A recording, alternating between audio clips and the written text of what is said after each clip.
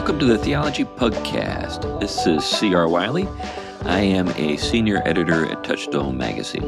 Glenn, how about you? I'm Glenn Sunshine. I am a retired history professor, specializing in Reformation Europe. Great. And Tom, why don't you introduce yourself and get us into the subject of the day, because it's your show. I'm Tom Price, and I teach theology and ethics at Gordon Conwell Theological Seminary.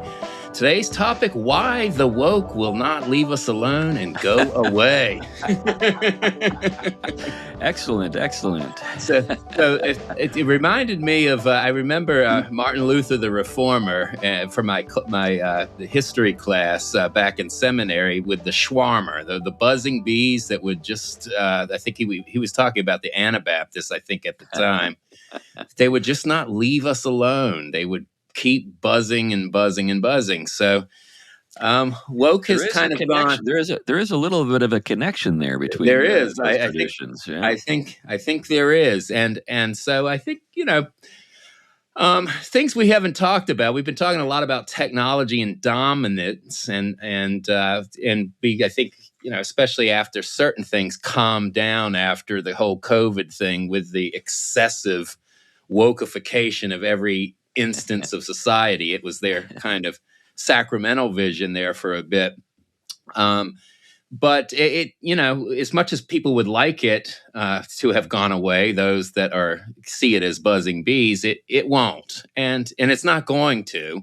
It's going to show up and it's going to keep morphing, I think. But what we're starting to see is some interesting things. We're seeing, again, I'm working off the surface in my interpretations, not into the conspiratorial. On the one hand, we have those that have gone a little militant, maybe they were somehow related to this whole Charlie Kirk thing that went out, taking his life out.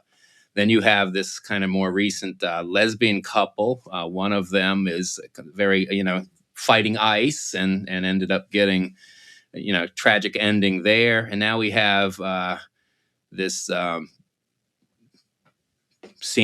CNN News, Don Lemon, now marching into kind of quote unquote white evangelical churches, as he puts it, and getting in their face about the immigration issue.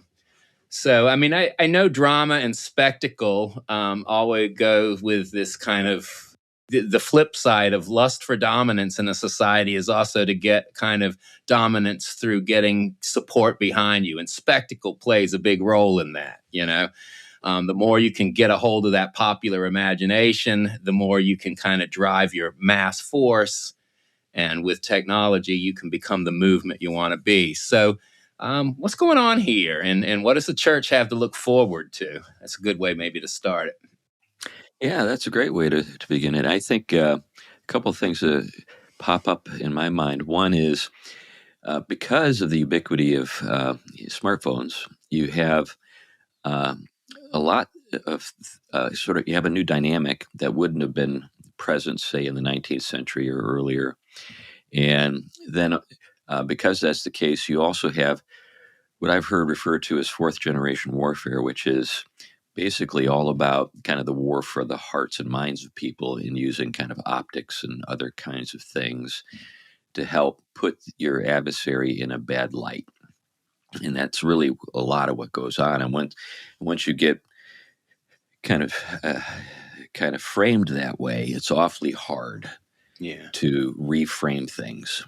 And when it comes to this particular episode in Minnesota with the church, I think that was a very bad move on the part of the Antifa people. They miscalculated terribly how that was going to come off.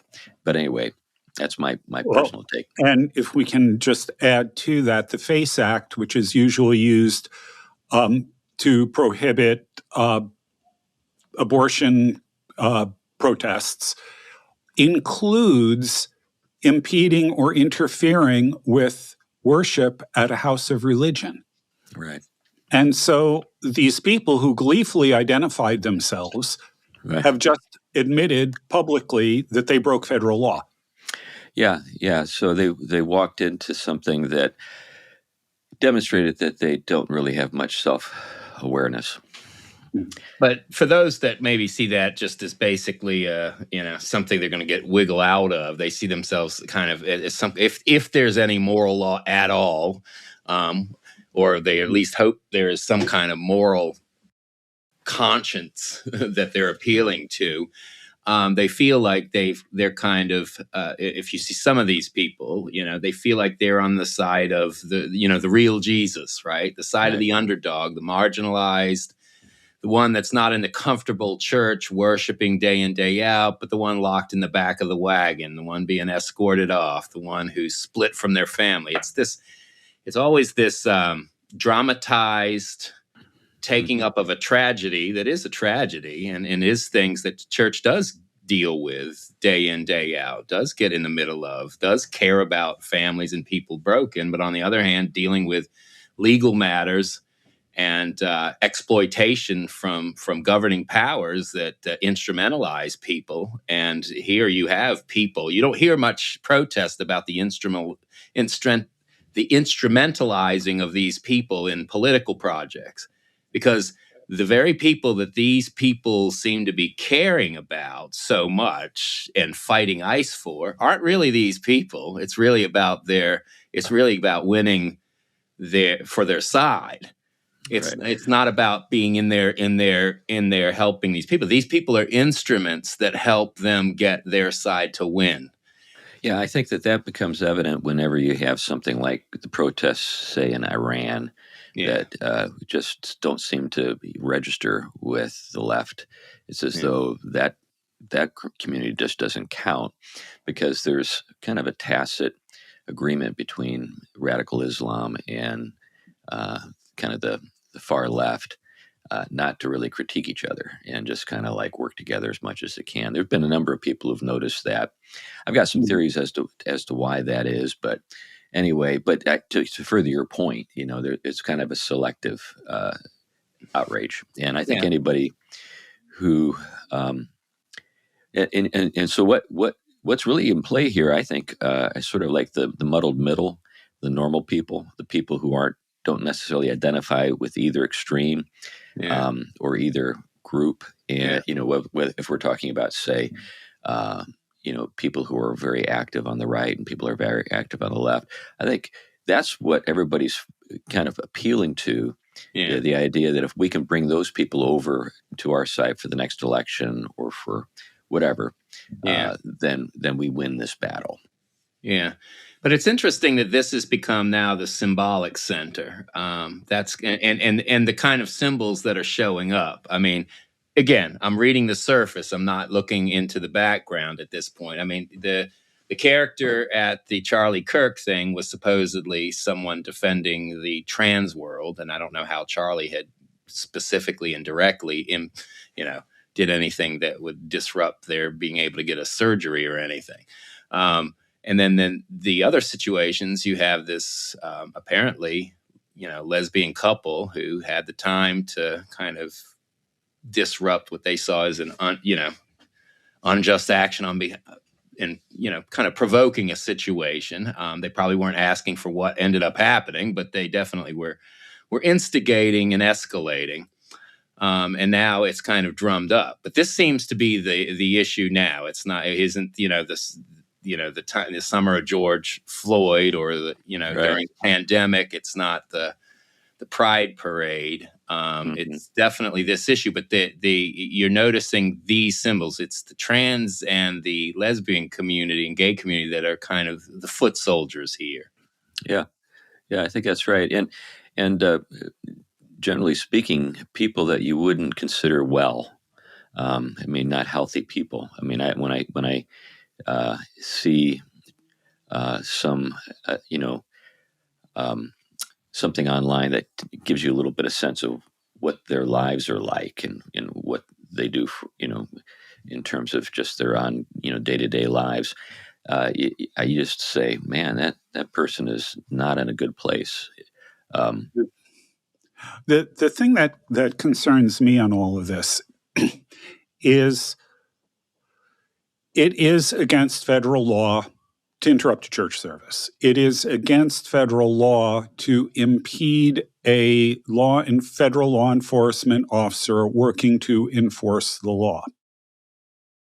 Things like blocking cars in, ICE cars in, honking, harassing, doing all of these kinds of things as they're trying to make an arrest. These are all things that are illegal because they're working to impede a federal officer. Okay. When you have the governor of Minnesota, the attorney general of Minnesota, and the mayor of Minneapolis, all of them openly supporting people who are in violation of the federal law, how is this actually different from insurrection? Well, I think that's the thing that a lot of us are wondering about. And what's the Insurrection Act, right? I mean, that's what the president has threatened to use to address the problems. And what we've got here ultimately is a complete breakdown in law and law enforcement on the part of a state government and a city government in the name of we know better, our morality is superior to yours, and frankly, we don't care what the law says. This is what we are going to do. This is what we are going to enforce. At that point, whether you want to call it insurrection or not, what this points to is something that Rod Dreher has been talking about. There's a specialist in civil wars at a university in London, I believe. Name's Betts, something like that. And he says that what we are seeing is, he sees at this point as an inevitability of civil wars in Britain, in France. The U.S. is a little bit behind, but so on. And what I see happening in Minnesota is not far off from what he describes as precursors or the first steps of civil war. And now, what he's talking about civil war is something like what happened with the breakup of Yugoslavia. I mean, it's terrorism, it's these kinds of things. But I look at this and I kind of wonder how close we actually are to that. Yeah, a couple of thoughts. I'm familiar with Rod's, citing this particular guy, and I think that there's a lot to that.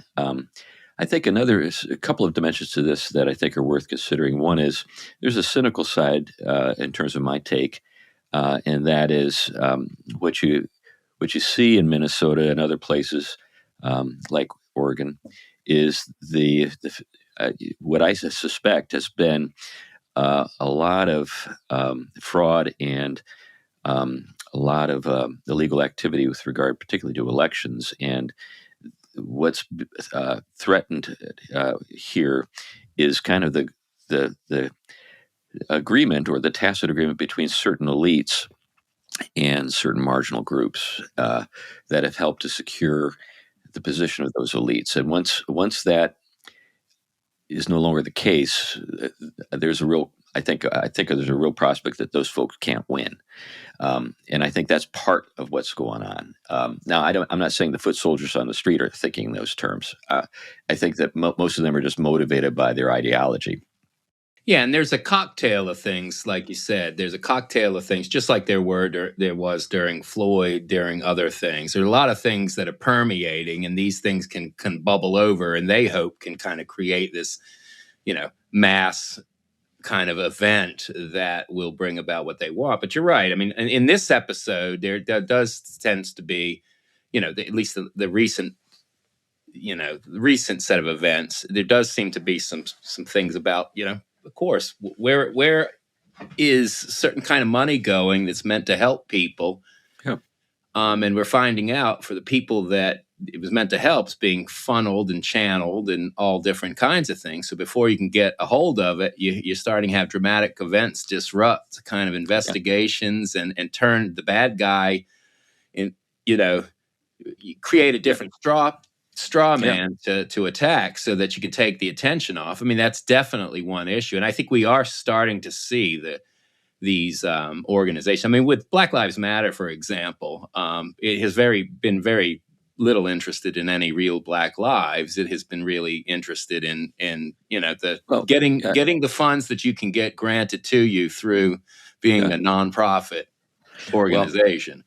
Well, I noticed that here in Connecticut, Ted Lamont is cracking down on a state senator from Hartford who's been involved with fraudulent activity. And so I think we're going to see more and more of that. Ted Lamont is, he's kind of a moderate Democrat. So he's got a background in business. So he doesn't want to, I don't think he has any interest in getting, kind of like pulled into the worlds of like Tim Waltz or anything. Yeah. I think he's got a little bit of distance from that. But having had a background in the nonprofit world, I am not at all surprised by any of these things. I saw all kinds of stuff all the time. And one of the basically two ways it's kind of rationalized often is one is, well, we deserve this money anyway. Yeah. Because of historical grievances. And so, the fact that we're getting it in a fraudulent manner doesn't matter. Doesn't matter. Yeah. The rules don't matter because of the higher moral cause. That's right. And then the other thing has to do with just simply the fact that people have some self-interest that's being served and they don't want the gravy train to end. And that's right. And people can benefit from it. That's what draws the masses, right? I mean, if you don't have a good paying part-time job and you're going to get, go out and protest all day and, drive your car around rather than, delivering food for Uber, you can actually just block and be a pain. There are certain personalities going to jump on that. It's a day's wage for being an irritant. By the way, one of the people who was identified at the church desecration in Minneapolis, I recognized. He was one of the guys who was standing outside Christkirk in Washington, D.C., where I preached twice. Yeah, there's and they were screaming at the top of their lungs and using megaphones and all kinds of things, really obnoxious. Really disturbed people. Many of them, I joked when I was with those folks there that I think that the thing that they're upset about is the prospect that maybe their drug supply is going to be, cut off. Anyway, there's some. I want to go back. Somebody mentioned the idea of ideology here, and this is something I've been thinking about because of my work on reenchantment. Weber said that disenchantment caused by excessive rationalization, science, and all of that. He said that he believed that totalitarianism or authoritarianism, I think he actually used totalitarianism, is the natural form of government in a disenchanted world. Well, I agree with that completely. Because the totalitarian can provide people with a source of meaning. Mm-hmm. Yeah. Now, it occurs to me that you could make the same argument for ideology, that ideology functions like a totalitarian without the totalitarian. In the sense that, I understand what you're about to say, but in the sense that the ideology provides meaning, there doesn't necessarily have to be a figurehead that is the leader. Now, of course, there are going to be elites and things that are going to be taking advantage of this, that are going to be using it and so on. But you might not need the individual. And because the ideology itself, if properly propagated, can provide the meaning, the purpose that is otherwise not there in a disenchanted world. Yeah, this is one of the things that Hannah Arendt gets into with her a book on the origins of totalitarianism. It's just this very thing you mentioned, Glenn. So, yeah, it's interesting. Gabriel Marchel, the kind of French philosopher, theologian, his fascinating book, Man Against Mass Society, bubbled up, around those first movements. But he has this chapter called The Fanaticized Consciousness. And he kind of compares it. There's always been fanatics, on all sides of things. But there is something about this shift, and I think you both were hinting at what happens with this shift to the world that is disenchanted, that creates something that sets the conditions for the fanaticized consciousness. And he talks about, here he pivots the man not as individualist in an enlightenment sense, but as the particular human person that gets absorbed and caught up in this mass kind of hysteria, and in the loss of it. And this quote is worth doing. He goes, "We ought to be able to see more clearly just what reason the mass man is so easily turned into a fanatic. What I seem to myself to have grasped is this, that such permeability is due to the fact that the individual, in order to belong to the mass, to be mass man, has to be a preliminary, though without having had the least awareness of it, to divest himself of that substantial reality which is linked to his initial individuality, or rather to the fact that his belonging to a small actual group, like being tethered to the real world." Right. And he goes, "The incredibly sinister role of the press, the cinema, the radio has consisted in passing out that original reality through a pair of flattening rollers to substitute for it a superimposed pattern of ideas and images." So he talks about the way in which back then kind of the equivalent of social media plays in flattening out and creating that kind of condition there. So this is where I think that the kind of technology, information, and this desire to form and play into this kind of this kind of consciousness that we're very aware of after kind of Stalinism, after Nazism, that people really are going for, and while all the while they will label anyone a Nazi or anyone a totalitarian, they're involved in using the same tricks to kind of create their own kind of fanatics. And this is why you see, we laugh at the kind of memes when, Trump derangement syndrome, but this is explainable more by what you're talking about, when this kind of what we could call it the disenchantment, but it's kind of another kind of enchantment that's going on, and a new kind of porous self that is open to these kinds of forces. Yeah. Yeah, I think that's right. So a great book, and I think we've talked about him before, Eric Hoffer. His book, The True Believer, gets into what you're talking about with mass movements in particular. And it's a marvelous book. It's thin. It's just basically a collection of aphorisms. Just to remind people of who Eric Hoffer was. He mysteriously appeared following or just prior to the Second World War in the United States, and he wrote a book entitled The True Believer in the 50s that became a sort of surprise hit, and was actually read by people like Eisenhower. Yeah. But he was a dock worker in San Francisco. And my theory is, having watched him in interviews and heard his thick German accent, he claimed to have been born in the United States in New York City. Yeah. He was a political refugee during the Nazi era. Yeah. But his insight into these things that you just are addressing is just absolutely right on. And he's not. He was basically painting with a very broad brush about totalitarianism generally, not just the Nazis, but also he was also apparently very familiar with the communists. And of course, prior to this is, I think, something that's lost on people, is that prior to the rise of the Nazis, there had been a long, extended sort of struggle between the communists and the fascists, or the Nazis, in Germany, and it was unclear who was going to come out on top until the very end. Well, and that's what made the National Socialists, the kind of Jews became an easy target, because they were largely associated with the communists. Yeah, and they used it. It was exploited. It wasn't that it's true to the case, but that's what, especially the Eastern Europeans, and that was the Eastern European exiled Jewish communities. Yeah. Now, actually, that's an interesting thing to think about.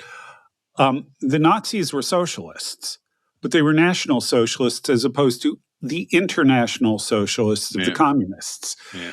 And they objected to anything that didn't promote the German folk and the German nation. It's interesting that historically, the Jews have been considered unreliable because they had an identity that was not bound by nations. Okay. Same thing can be said about Catholics, by the way. In U.S. history, the fear that these people, these groups, whether it's for the Nazis, even the communists, but communists in general, because of their international, because it was an international movement, it wasn't really confined to a nation. Catholicism, you've got loyalty to something that transcends the nation. Judaism, you've got an identity with a group that is across countries and everything else. That's something I don't know that I've ever seen anybody really look into. I think it's something that is worth exploring, but I don't know what more to say about it right now. No, I think you're right, Glenn. I've thought a little bit about it, but I haven't done much thinking about it. Yeah. But the thing that, I think one of the things that when we're looking at kind of the conditions that set things up for what's going on, especially in the most recent case we're dealing with, another thing we've talked about is this notion of a higher moral order or court of appeal that is going on by these groups. And they are not offering a kind of natural law set of reasoning. They're not offering even kind of, we're obeying the law. They're claiming a sort of higher law, but it seems to be this mysterious thing called the individual or the collective moral conscience, right? And so the moral conscience, of course, is an outgrowth of Christian conviction. It's one of the things Christianity contributed, but it gets what we would call, it goes bad in the modern world and becomes hyper individualized and almost becomes a subjective ground in each of us that becomes our own moral law unto ourselves, right? So my own moral conscience, I'm not bound by anything other than my own moral conscience. And that becomes its own ground, becomes a higher court of appeal, almost 10 commandments that I have to submit to above any law or anything else. And one of the things that I read a book recently, The Unformed Conscience of Evangelical Christianity, is that it hasn't been developing the classical notion of moral conscience through the normal means of moral and spiritual formation.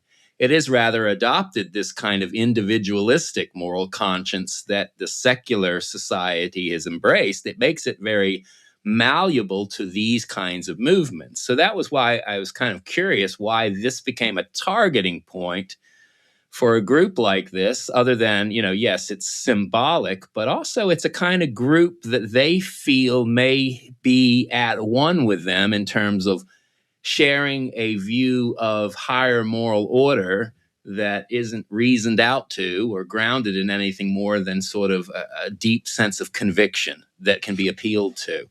I think you're giving them too much credit. Well, I would say that. But on the flip side, there is a kind of, it's what you kind of say, recognize like sometimes. And I'm not talking about this church in particular. I'm talking about what they think this church is about. And so I think that, follow the symbols is what I mean. The symbols are important, I think, here. They're not arbitrary. They are at least coded to symbol. These groups think very much symbolically. And this is why the representatives, you can't have a lesbian couple out there fighting the good fight without having a gay couple out in the forefront of it, right? Now this is Don Lemon as the kind of the front runner. These things matter. Why is it specifically kind of what they characterize as a white privileged evangelical church? And here is a court of appeal.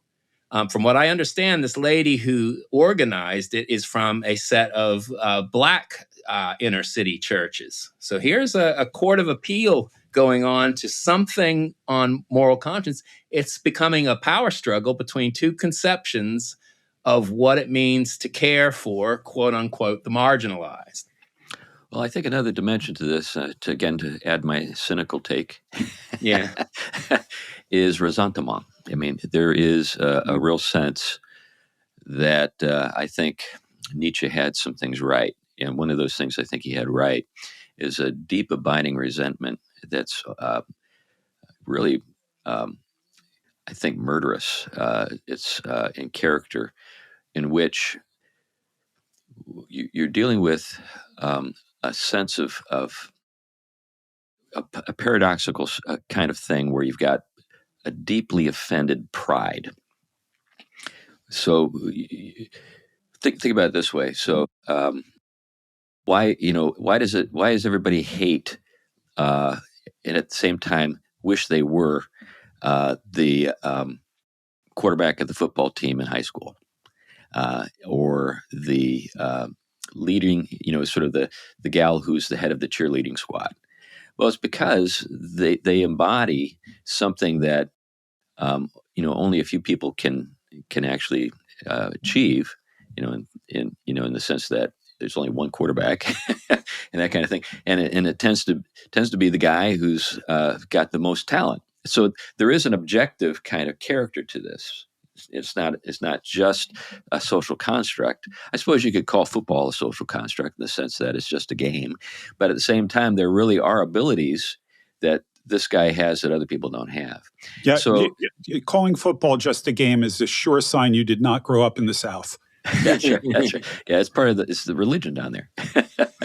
but I guess what I'm getting at is that one of the reasons why this won't go away is because there really are inequities in the world that are not the result of injustice.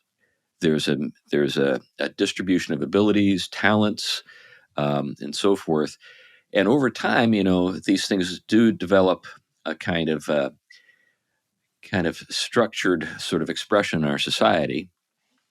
But if tomorrow we decided we were going to just take all the money and redistribute it everywhere, we all know what's going to happen. In 10 years, it'll all be back where it started, or pretty close to it, because there really are abilities that some people possess that other people don't have. And they tend to, be reflected in things like this. So so the cynical side of me is like, this is an excuse to direct the animus that you feel because of offended pride.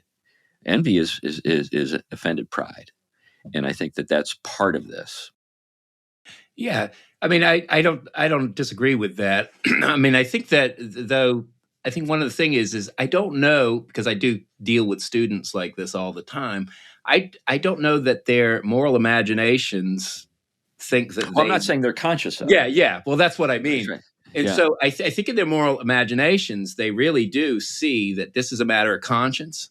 But that's exactly what Nietzsche said. Well, that's right. That's right. In other words, this is a way for you to fool yourself. But it's interesting that conditions were set up with a kind of conception of the self that makes, this is my point with Marshall, a conception of the self that makes the fanaticized consciousness something that can become what it does. And this is, you have to unmoor moral conscience from natural law and place it in the subjective, like the individual or the group collective mindset that can be. Well, I completely agree with all you're saying. Well, but that's the part I'm after, and I think that's what you're seeing here with their attempts to get in the face of, is they think it's a 1-for-1 match, that everyone else thinks this way too, that the other appeals to conscience, say an evangelical church, are rooted in the same kind of subjectivity as theirs. And if you can kind of have them see the light, they'll see that they really share one and the same faith. I'm not saying they necessarily want to. They like the spectacle. I'm skeptical. I don't think that they have any illusions about bringing over anybody. No, I don't either. Yeah. But my point is, why are they the stage? Well, I guess I don't know enough about that particular setting or situation. I do know that when it comes to, say, the American scene, the hardcore opposition to the woke agenda is the white evangelical scene.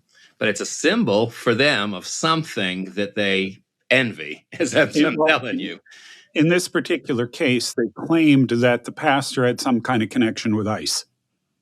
So that's why but they here, but specifically this targeted is that church. that fits their symbolic system perfectly, though. This edifice, the white evangelical church, is the one that is part of that sin structure of injustices that helps enable the system that ICE You is know, when touting. I heard that too, Glenn, you know what my response was as a pastor? Is there some place online I can go and sign up? Yeah. Yeah. I thought, you know, can I do it? Can I do the ICE thing on part time? Yeah. Now, the other thing, though, that I would question, Tom, is I don't think that they actually believe that their views are subjective. I don't know. I work with them all the time. I do not. They think that. I think they interpret the subjective almost as divinely objective, if that's what you mean. I mean, that's where I'm going. I think that they think yeah, that what they are doing is absolutely right. They are on the side of the angels. Everything yeah, that they do is justified because, in an yeah. objective sense, whether they would use that word or not, in an objective sense, what they are doing is good. Yeah, they have a pure subjectivity because they are the ones that have not been tainted by power. So Yeah, I think that you're right. You're right. Yeah. yeah, and I think even the way you put it there, Tom, is a pretty sophisticated way of putting it. I don't know if many people sort of on the front lines would have the intelligence to put it that way. Yeah. Now, I want to return to something you brought up a minute ago, Glenn, and that's the nature of the Civil War.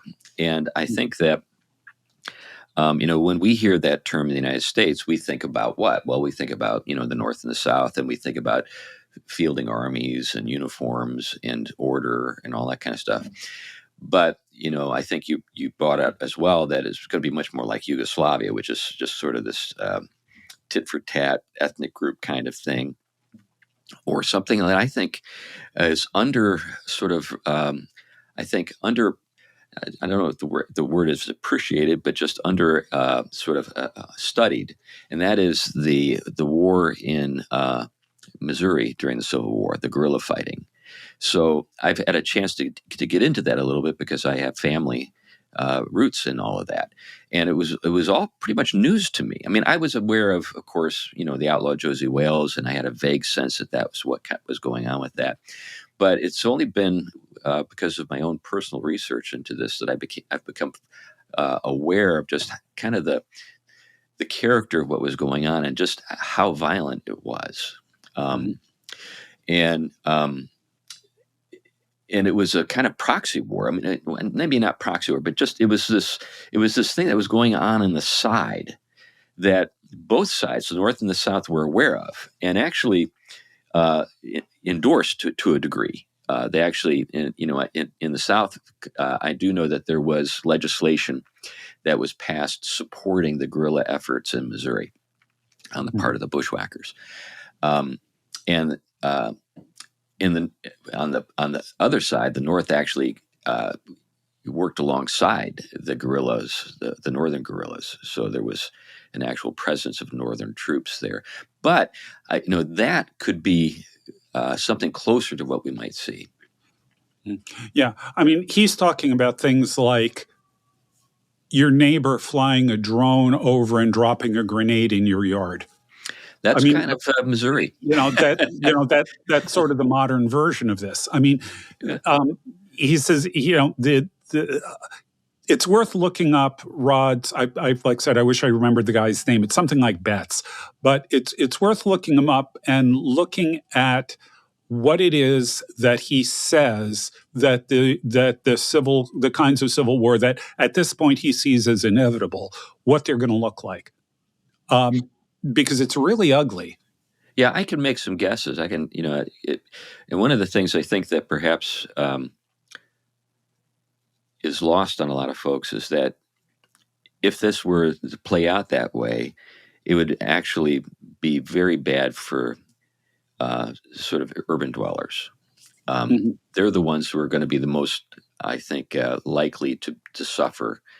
An example I read, in fact, I think I may have followed one of Rod's links where this particular writer was exploring how it could play out. But let's just say, you had a guerrilla band in the countryside that just blew up a couple of power generation centers that we're feeding the city. Well, that would be huge in terms of effect. And I'm just, this is something I read. I'm not saying that this is something I came up with. And we're not advocating it. Right. That's right. Well, but it's the curious thing. It's like you see where are the morphings going on? I mean, you do see like New York City has taken on this, with this new, leader that's been elected, kind of this turn to the woke when everyone else is going the other way.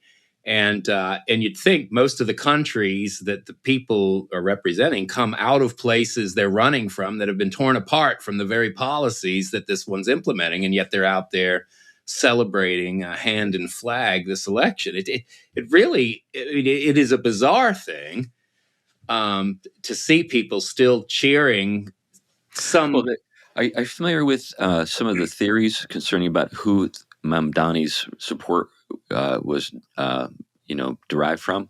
Yeah, I haven't seen a lot.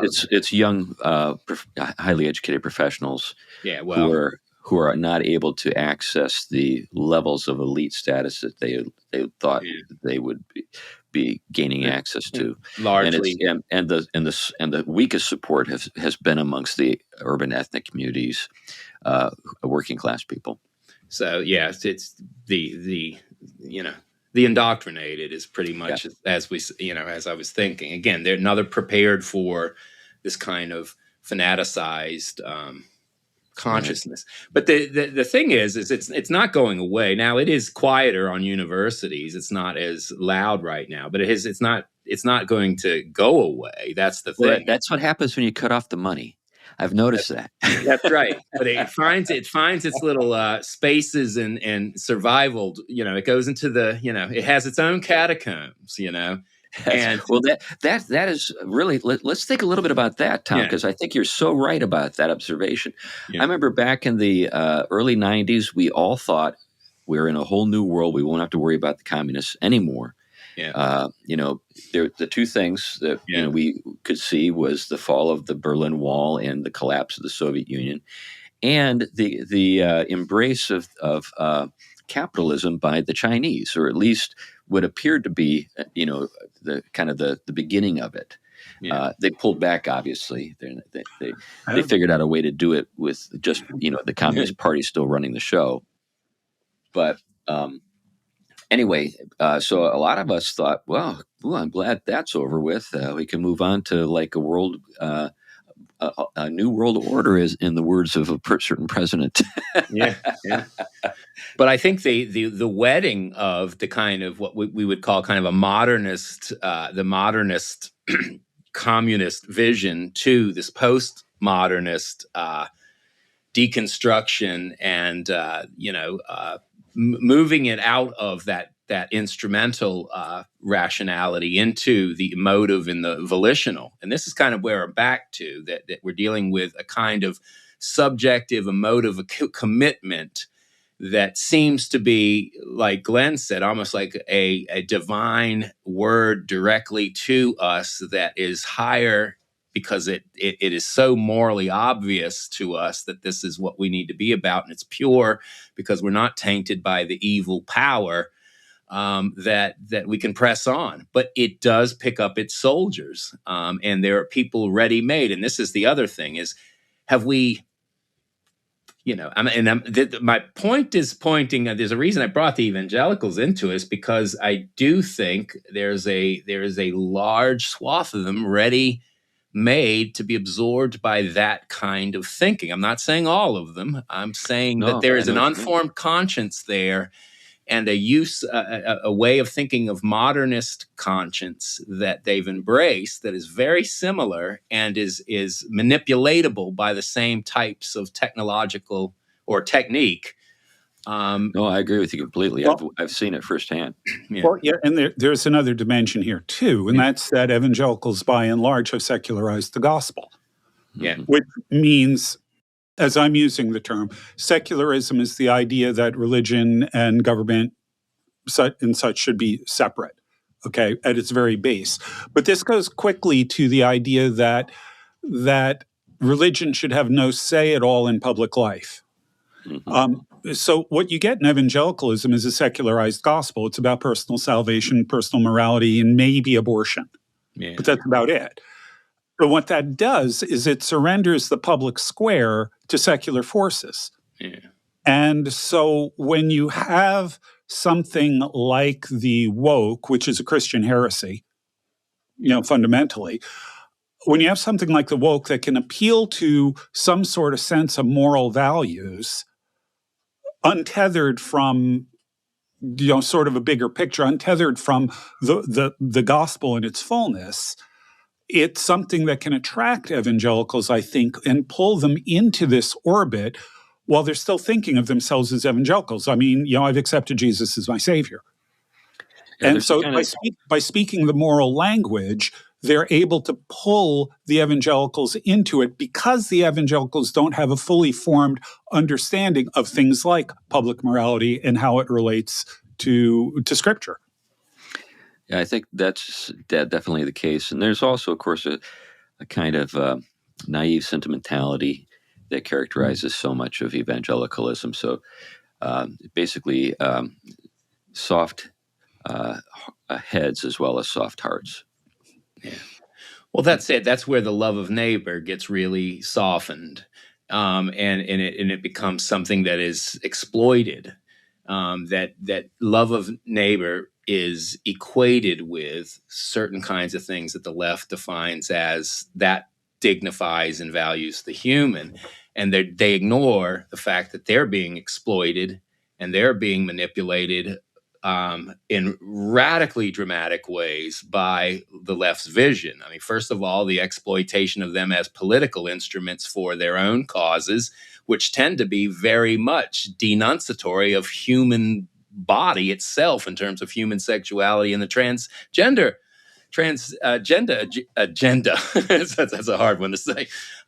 So it's a very interesting, again, cocktail of things that are mixed up in this, and they are all blended in together because their symbols are starting to mix here.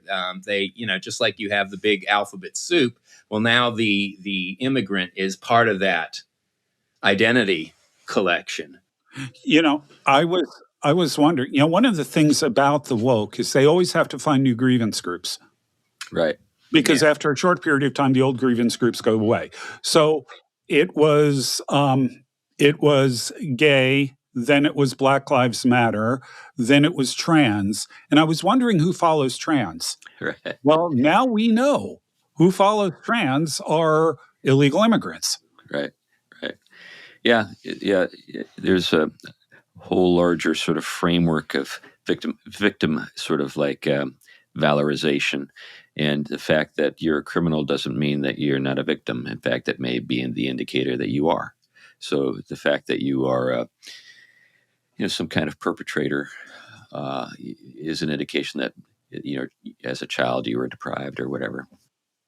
Yeah, and just the fact that you're caught up in an exploitative machine that nobody ever turns the argument around on. This is. I mean, you're having to deal with something that has been a machine that has been exploiting immigrants for ages. No one wants to be uprooted from their home country. I mean, unless it is really devastating. Most people love their home country with their family. Things have gone really sour there. To uproot them and then plant them in the middle of nowhere with no family you don't share the language with and just throw them into a bunch of things is not something that most people see as favorable conditions. Even if it is better than what they had, it's exploiting people, and it's making them vulnerable to forces in the new situation where they have to take certain kinds of jobs and be treated certain kinds of ways. Trafficking is very easy with the children because people need money and they don't have networks and family. I mean, there's a whole lot of stuff that is created by this whole network of immigration that none of the left seem to address. They think it's all just everyone's coming here, putting them into a already made situation, and their lives are going to flourish. They don't realize how vulnerable they've made people. And then they look at the vulnerabilities created when you're having to address the issue. And it definitely, it's not even of comparison. So, the moral outrage is always selective. as we know. The moral conscience is always subjective, even though it's absolutized because it seems pure to them because it's their preferred vision. And you're dealing with a situation in which the education system has basically fostered conditions of unformed conscious, I can't even talk today.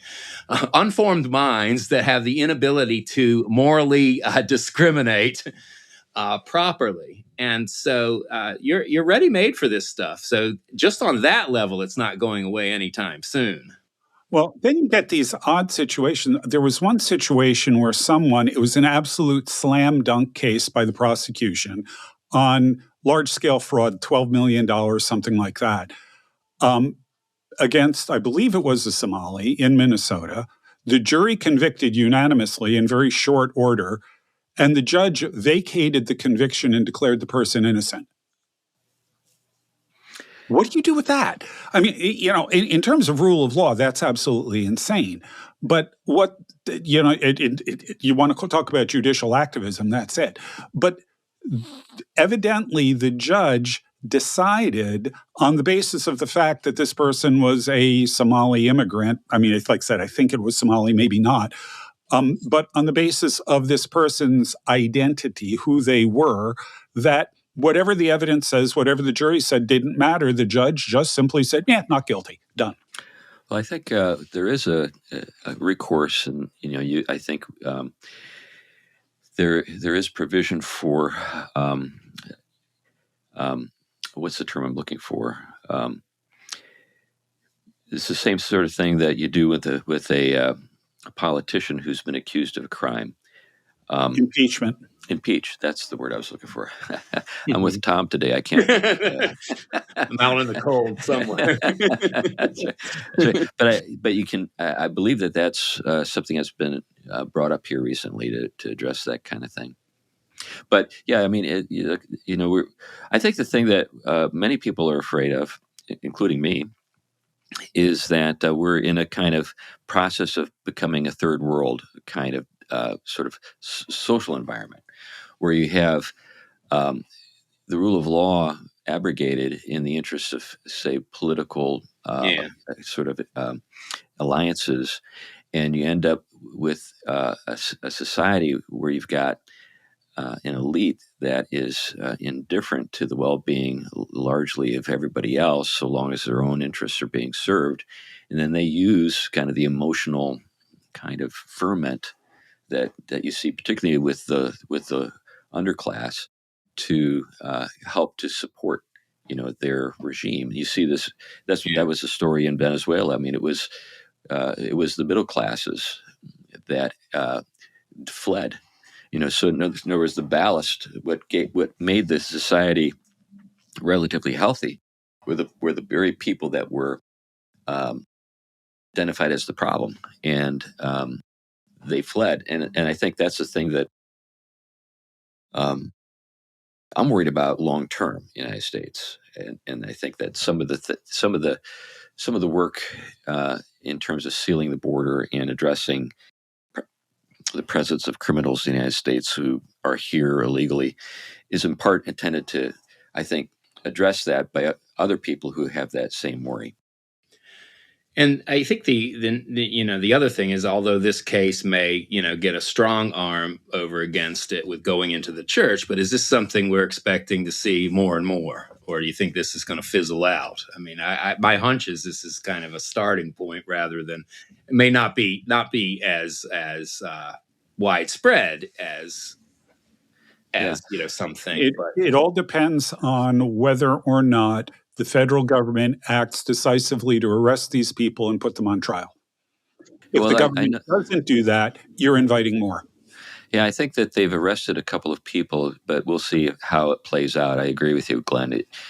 Just because you've arrested some people doesn't mean that you're going to have. Yeah, usually let go, and you know how it works. Yeah, and especially in this case, because my understanding is that these people are politically connected. But this is it. The culture war is now entering into certain sanctuaries. And so this is where church is going to be on the ground having to deal with ideas that are we've dealt with over and over again coming into their face. And I think this is something that is worth reflecting on and helping people navigate. It's not just about understanding what causes these movements and the like. You can reason with them all day. As we said, that's not going to get you too far. You're dealing with a kind of a messy situation that is has the potential to be quite disruptive for Christian communities. Well, you're a pastor, Tom, and I am, and this is something I talk about with our leadership. If something like this were to occur, how would we respond? Yeah. So we've developed some contingency plans, and I think they're pretty sound. Yeah. But I know that in some cases, churches that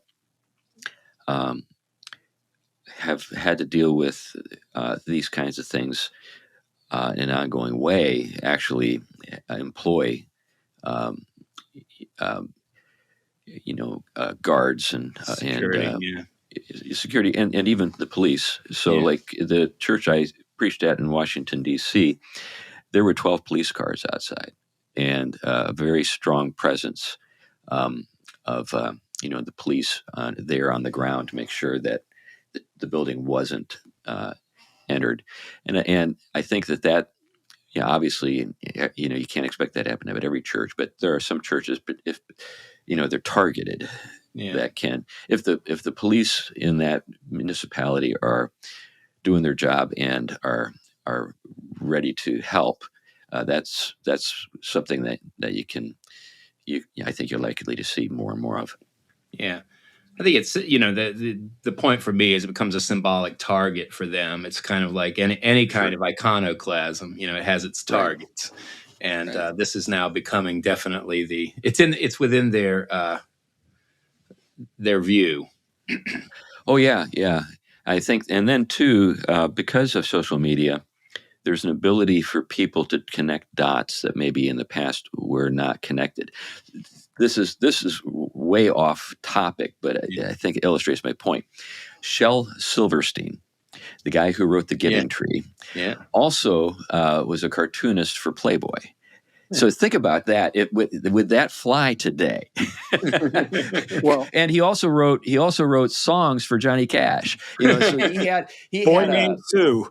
Yeah, Boy Named Sue. So he had a range of things that he was doing, and he did them all well. But people didn't connect the dots. Well, today there's no way you cannot connect dots. Let me throw one more Shel Silverstein book. This is the book you buy for parents of toddlers that you don't like.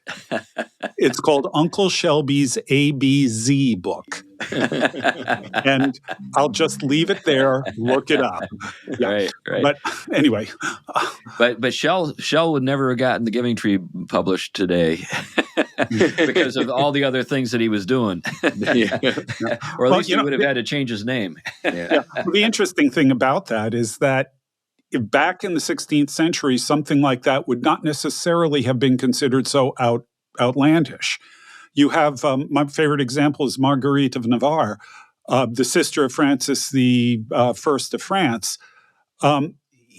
She wrote devotional works, very profound devotional works, but she also wrote bawdy stories. There you go. That was just. I mean, you look at English poets, you see the same kind of thing. So in the days before social media, you could get away with that. But everybody knew that they were doing it. They just could not see an inconsistency. Well, they were French, Glenn. They were French. I mean, that explains a lot. Read John Donne's poetry; you've got the same thing. Anyway, but I've been thinking about your comment about the church and the symbol there. I find the white evangelical church is considered the enemy on the left. So there's that, but it's worth noting that they say they did not target the church for that reason. They said they targeted the church because of the pastor and his connection to ICE. Yeah. So I find myself wondering if that was a way of trying to assure the rest of us that if we don't get involved with ICE, we're okay. Well, sure. Yeah, I think that maybe some people could make that connection. Um, it's a hard thing to think clearly about any of this stuff. Mm-hmm. I think you've done a great job sort of addressing the subject, Tom. But um, I think that, for people like us in particular who like to read and like to think, we love to entertain the possibility that there's got to be some way of reasoning our way out of this, and I'm not so sure there is. I think that there's I kind of agree a with story you. that's playing out. Yeah, I think it's out of the realm of reason. This is what Schaeffer's big. If you throw Schaeffer in, this is in the realm of non-reason. You're doing the contestations of wills. This is why I was bringing up the Right. fanatical consciousness.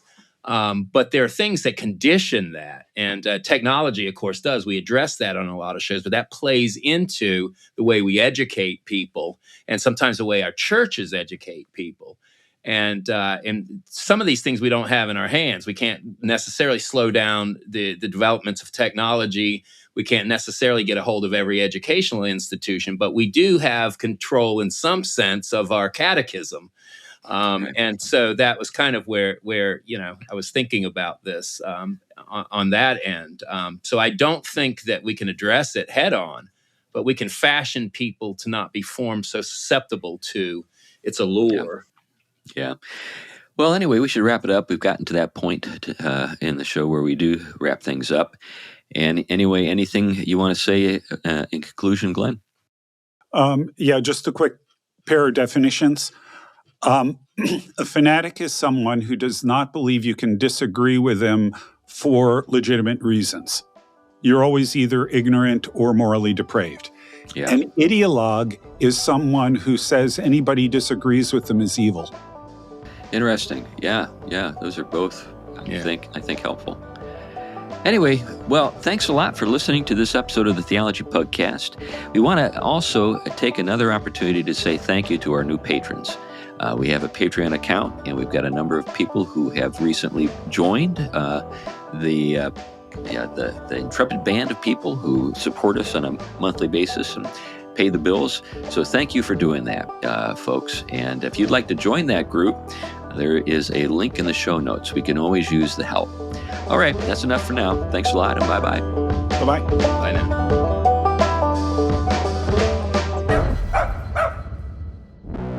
Theology Pugcast is a ministry of Westminster Presbyterian Church in Battleground, Washington. The Theology Pugcast is produced and edited by Wiley Craft Productions of Nashville, Tennessee.